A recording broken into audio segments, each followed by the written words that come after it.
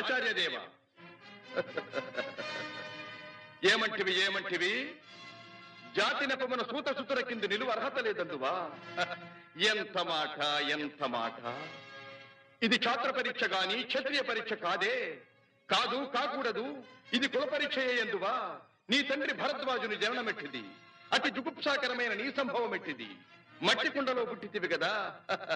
నీది ఏ కులము ఇంత ఏల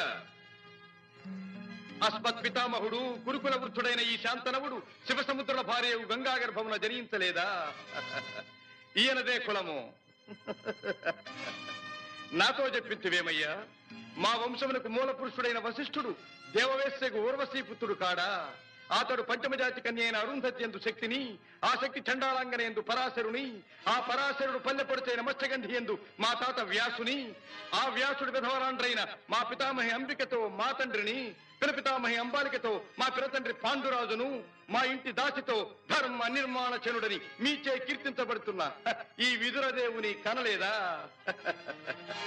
సందర్భావసరములను బట్టి క్షేత్రబీజ ప్రాధాన్యములతో సంకరమైన మా కురువంశము ఏనాడో కులహీనమైనది కాగా నేడు కులము కులము అను వ్యర్థవాదమెందులకు ఓహో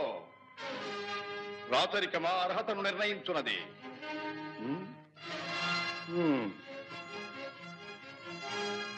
అయిన మా సామ్రాజ్యములో సస్యశ్యామలమై సంపద విరామమై వెలుగొందు అంగరాజ్యములకిప్పుడే ఈతని మూర్ధాభిషిక్తిని గావించుతున్నాను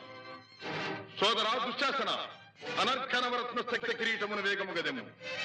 మామా గాంధార సార్వభౌమ చురుచిన మణిమయ మండిత సువర్ణ సింహాసనమును తెప్పింపము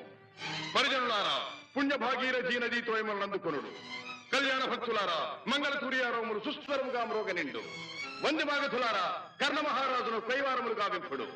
పుణ్యాంగనులారా ఈ రాధాసుతులకు పాలభాగమున కస్తూరి తిలకమును తీర్చిదిద్ది బహుజన సుకృత పరిపాక సమలబ్ధ సహజ కవచ కైశ వైఢూర్య ప్రభారించోడికి వాంఛలు చలవేగా వీరగంధము విద్యరాల్పుడు నేను ఈ సకల మహాజన సమక్షమున పండిత పరిషన్ మధ్యమున సర్వదా సర్వథా శతథ సహస్రథ ఈ కులకలంక మహాపైక్యలమును శాశ్వతముగా ప్రక్షాళన గావించెదను